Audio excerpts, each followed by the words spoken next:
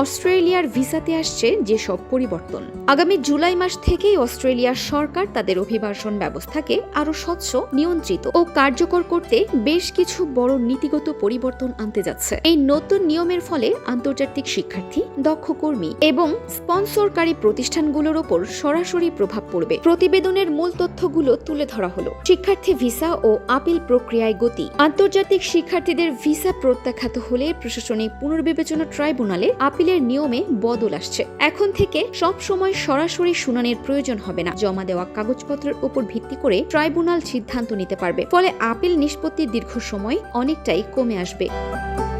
407 training ভিসায় কঠোর নজরদারি। 407 ট্রেনিং ভিসাধারী এবং স্পন্সরকারী প্রতিষ্ঠানগুলোর ওপর নজরদারি জোরদার করা হয়েছে। সরকারি কর্মকর্তারা সরাসরি কর্মস্থল পরিদর্শন করে প্রশিক্ষণ ও কর্মপরিবেশ যাচাই করছেন। তাই ভিসার শর্ত কঠোরভাবে মেনে চলতে হবে। রিজিওনাল স্পন্সরশিপ ভিসায় বেতন বৃদ্ধি।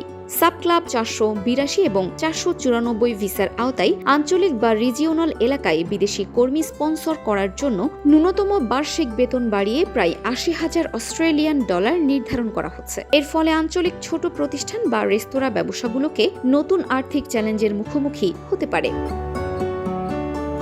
স্কিল অ্যাসেসমেন্টে বাড়তি সময়। ট্রেড রিকগনিশন অস্ট্রেলিয়া তাদের স্কিল অ্যাসেসমেন্ট নির্দেশিকার ভাষা সহজ করলেও যোগ্যতার মূল মানদণ্ড একই থাকছে। তবে আবেদনকারীর সংখ্যা বাড়ায় এখন এই প্রক্রিয়া সম্পন্ন হতে প্রায় 4 মাস সময় লাগতে পারে। প্যারেন্ট ভিসার কোটা। আগামী অর্থ বছরের জন্য ফ্যামিলি রিইউনিয়ন কর্মসূচির আওতায় কন্ট্রিবিউটিং প্যারেন্ট ভিসা ক্যাটাগরিতে মোট 6,800টি আসন বরাদ্দ করা হয়েছে। এই পরিবর্তনগুলো মূলত অস্ট্রেলিয়ার অভিবাসন কাঠামোকে আরও জবাবদিহিমূলক করার অংশ। তাই উদ্বিগ্ন না হয়ে সঠিক তথ্য জানা এবং নিখুঁত নথিপত্র প্রস্তুত করাই হবে সফল হওয়ার প্রধান উপায়।